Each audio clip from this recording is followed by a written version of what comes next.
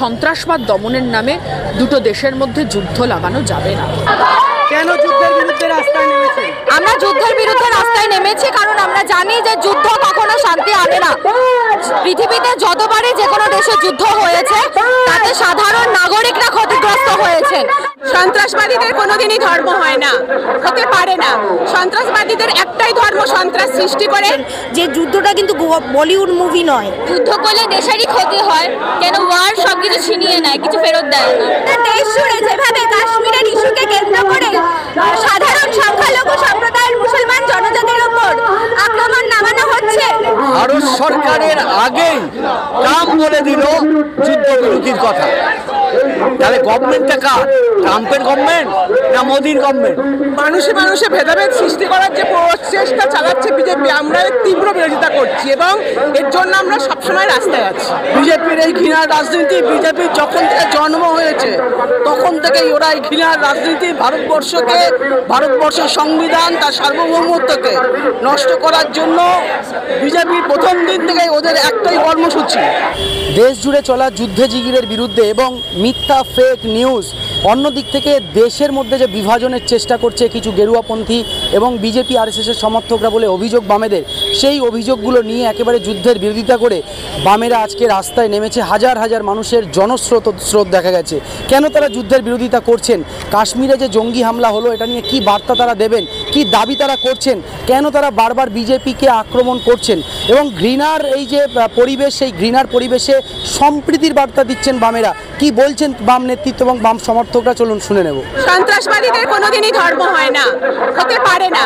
সন্ত্রাসবাদীদের একটাই ধর্ম, সন্ত্রাস সৃষ্টি করে মানুষকে, বিশ্বের মানুষকে, শুধু দেশ নয় আমার রাজ্য তথা দেশ তথা বিশ্বের মানুষকে সন্ত্রস্ত করে তোলা, একটা ভয়ের আবহাওয়া তৈরি করে মানুষের শান্তি নিরাপত্তা বিঘ্নিত করা, মানুষের শান্তি জীবন প্রত্যেক দিনের যে প্রাত্যহিক কর্মকাণ্ড তার বিরুদ্ধে গিয়ে সন্ত্রাসবাদীরা একটা সন্ত্রাসের আবহ তৈরি করে সমস্ত মানুষকে কবজা করতে চায়।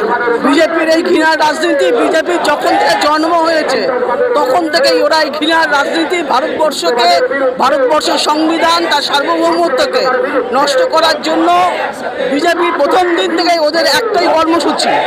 সেই জন্য ওরা তাকে ব্যবহার করার জন্য নানান রকম বিষয়ে সন্ত্রাসবাদের এই কার্যকলাপকে তারা বাধা দিতে সাহায্য করছে। মানুষ বিভাজন করা চলবে না, কোনো অবস্থাতেই সাধারণ মানুষ সেটা মেনে নেবে না। বিভাজনের রাজনীতি বিজেপির এটাই কাজ। ওরা গোটা দেশে বিভাজন তৈরি করার মধ্য দিয়ে ওরা ভোটের রাজনীতি করতে চায়, যার মধ্য দিয়ে ভোটের ফায়দা লুটতে চায় এবং ভোটের ফায়দা লুটবার জন্যই এই সমস্ত কিছু করা হচ্ছে। সরকার তো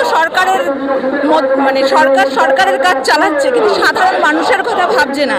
সাধারণ মানুষের যে পরিস্থিতি বা কাশ্মীরের যে অবস্থা সেটা নিয়ে সরকারের কোনো হেলদোল নেই। সে কিন্তু একটা জিগির তুলেছে, যুদ্ধ করে যাচ্ছে, কিন্তু একটা যুদ্ধে কতটা সাধারণ মানুষ ক্ষতিগ্রস্ত সেটা আমাদের যেটা মনে রাখতে হবে। সন্ত্রাসবাদকে আমাদেরকে আটকাতে হবে বা ওটাকে একদম আমাদের দেশ থেকে একদম সরিয়ে দিতে হবে। সেই এখন তো কি কেন্দ্রে বিজেপি আর কি আমার রাজ্যের তৃণমূল গভর্নমেন্ট, দুটোই কে বেশি হিন্দু বা কে বেশি মুসলিম সেই জিগির তুলছে। এটা সাধারণ মানুষকে অন্য সমস্তগুলো ভুলিয়ে দিচ্ছে, তাদের অন্যান্য সংকটগুলোকে ভুলিয়ে দিয়ে ধর্মের নামে বিভাজনের রাজনীতি বাড়িয়ে দিচ্ছে। যুদ্ধ ঠিক আছে, কিন্তু এটা শান্তিপূর্ণভাবে হওয়া দরকার। আমার মনে হয় যে তোমার যুদ্ধের বিজয়ে একটা শান্তিপূর্ণ সহাবস্থান করলেই হয়, যাতে যুদ্ধ না হয় সেই দিকে লক্ষ্য রাখা উচিত। যুদ্ধ করলে দেশেরই ক্ষতি হয়, কেন ওয়ার সবকিছু ছিনিয়ে নেয়, কিছু ফেরত দেয় না।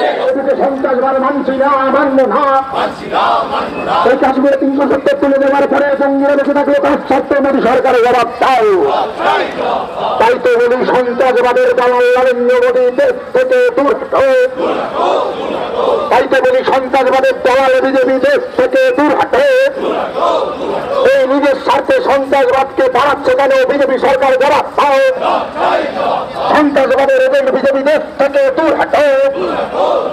এই আমাদের দেশটাকে আমেরিকার ক্ষেত্রভূমি হিসাবে ব্যবহার করছে।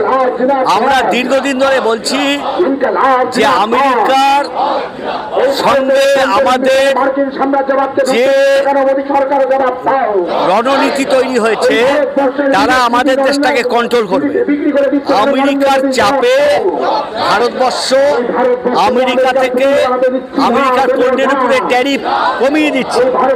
সুতরাং এই যুদ্ধের সময় আমরা দেখলাম যে ভারত সরকারের আগেই ট্রাম্প বলে দিল যুদ্ধ বিরতির কথা। তাহলে গভর্নমেন্টটা কার?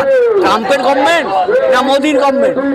আমরা তীব্র বিরোধিতা করছি, কারণ আমেরিকা চায় এই দুই দেশে ভীষণভাবে বাণিজ্য করবে এবং আমেরিকান সাম্রাজ্যবাদের পুঁজি এই দুটো দেশে ব্যাপক মুনাফা করবে।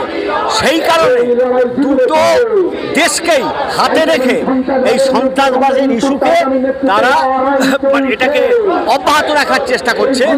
সুতরাং মোদি যা করছে তার বিরুদ্ধে আমেরিকার দালালে পরিণত হয়েছে, তার বিরুদ্ধে আমাদের মিছিল।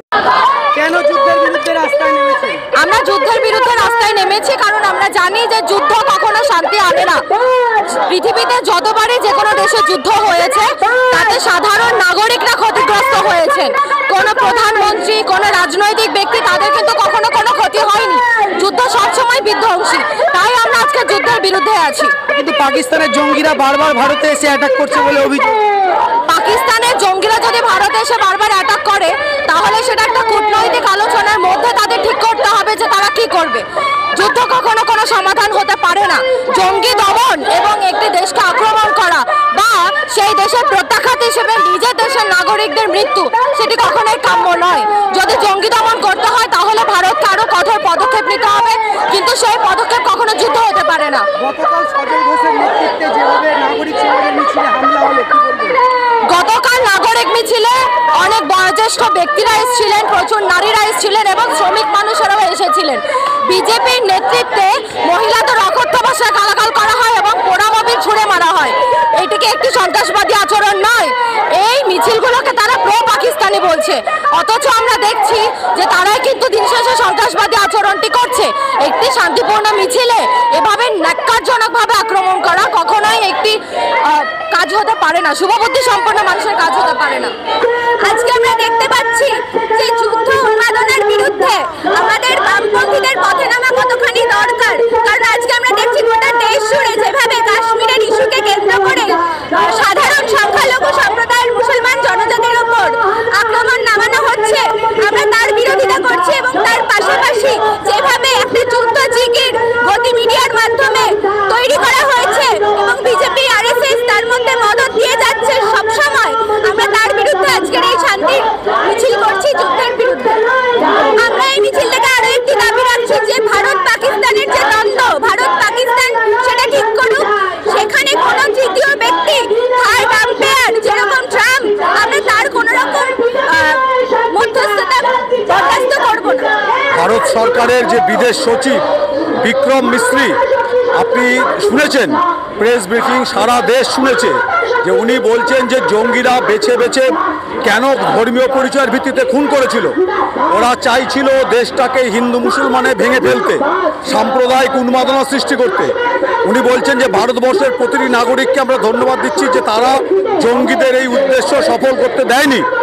আর আপনি যেটা বলছেন যে বিজেপি আরএসএস, দেশের মানুষ দেখছে কারা প্রত্যেক দিন দেশে হিন্দু মুসলমানের বিভাজনটা বাড়ানোর চেষ্টা করছে, সাম্প্রদায়িক উন্মাদনা সৃষ্টি করছে, আমার দেশের সংখ্যালঘু মানুষের উপর আক্রমণ করছে, সেটা বিজেপি এবং আরএসএস।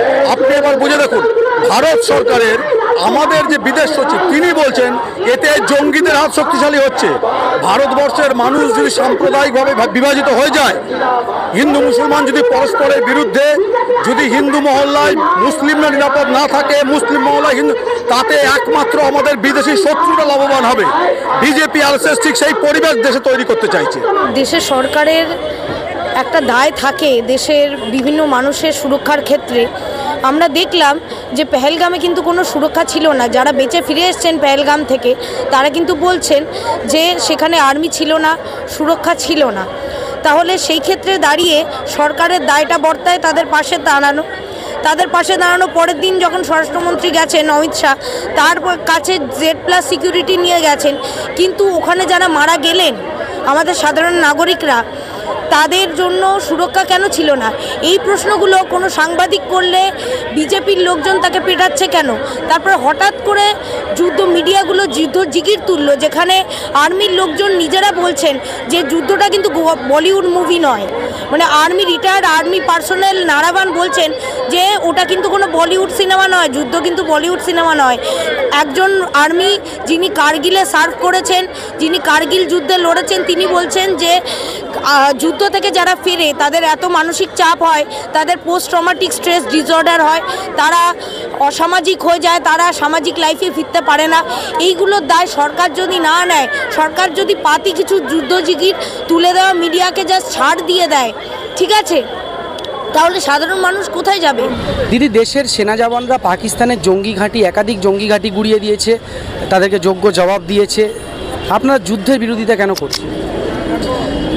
এই যে বলছেন জঙ্গি ঘাঁটি উড়িয়ে দিয়েছে, যোগ্য জবাব দিয়েছে, আমরা প্রত্যেকটার সাথে আছি। যেদিন প্রথম বলল যে আমরা পরিমিত হামলা করেছি, আমরা 9টা জঙ্গি ঘাঁটি উড়িয়ে দিয়েছি, আমরা CPIM এর পক্ষ থেকে দুহাত তুলে সেদিন সমর্থন করেছিলাম। আমরা একটা বারের জন্যও বিরোধিতা করিনি। আমরা এখনও দাঁড়িয়ে বলছি জঙ্গি, সন্ত্রাসবাদ, সন্ত্রাসবাদী, সন্ত্রাসের মোকাবিলা করার প্রশ্নে, সন্ত্রাসবাদের মোকাবিলা করার প্রশ্নে, সন্ত্রাসবাদীদের মোকাবিলা করার প্রশ্নে ভারতীয় সেনা, ভারতবর্ষের সরকার যে কোনো ভূমিকা গ্রহণ করলে আমরা তার পাশে আছি। কিন্তু সন্ত্রাসবাদ দমনের নামে দুটো দেশের মধ্যে যুদ্ধ লাগানো যাবে না। দিদি, প্রকাশ্যে দেখা যাচ্ছে গেরুয়াপন্থীরা, বিজেপি সমর্থকরা, সাংবাদিক মৌপিয়া নন্দী, সাংবাদিক ময়ূক রঞ্জন বিশ্বাস, তারা বামেদেরকে দেশবিরোধী শক্তি বলছে, একেবারে ইনডাইরেক্ট বলুন বা ডাইরেক্ট বলুন। সাংবাদিক হতে পারে, তবে নজরুলকে যে অপমান করে, আমি তাকে উত্তর দেওয়ার মতন খুব যোগ্য বলে মনে করি না, তাই ওই নামটা বাদ থাক। বাকি কথা হচ্ছে যে আমাদের দেশদ্রোহী বলছে। আমরা তো দেশের মানুষের জন্য কথা বলছি। সেনাপ্রধান বলছেন যুদ্ধ চাই, মানে বিদেশ সচিব বলছেন যে এই যে গুজব উঠছে পাকিস্তানকে এই আক্রমণ করা হয়েছে, ওই আক্রমণ করা হয়েছে, বিদেশ সচিব বলছেন এগুলো গুজব। বিদেশ সচিব বলছেন সেকুলারিজমের কথা, আর ওরা বলছে সেকুলারিজম উড়ে যাক, সেকুলারিজম ধ্বংস হয়ে যাক। দেখুন, আমি তো আমার সংবিধানের পক্ষে থাকবো। আমি মনে করি যারা সংবিধানের বিরোধিতা করে আসলে তারা দেশদ্রোহী। শুভেন্দু অধিকারী গতকাল একটি ইন্টারভিউতে বলেছে যে একেবারে আমরা বিজেপি ক্ষমতায় আসলে বামেদেরকে ঘরে ঢুকিয়ে দেব। শুভেন্দুর ঘর তখন কোনটা হবে? শুভেন্দু তো আগেও একবার এরকম বলেছিল টলেছিল, তারপর তো সে ঘর বদলে অন্য ঘরে চলে গেল, বামেদের ঘরে ঢোকাতে পারেনি। শুভেন্দু নিজের ঘরটা আগে ঠিক করুক, তারপর না হয় বামেরা ঘরে ঢুকবে না, ঘরের বাইরে বেরোবে, সেটা ঠিক হবে। বলছে হাত ভেঙে পা ভেঙে হাতে ধরিয়ে দেবো, হাত ভেঙে পায়ে ধরিয়ে। আমাদের হাত ভয় পাচ্ছেন না, হাসছেন? আমাদের হাত ভেঙে পা ভেঙে যদি হাতে ধরাতে আসে, যারা আসবে তারাও আস্ত হাত পা নিয়ে ফিরবে না। মধুজা সেন রায়। যুদ্ধোন্মাদনার বিরুদ্ধে মিছিল, সম্প্রীতির জন্য, শান্তির জন্য মিছিল।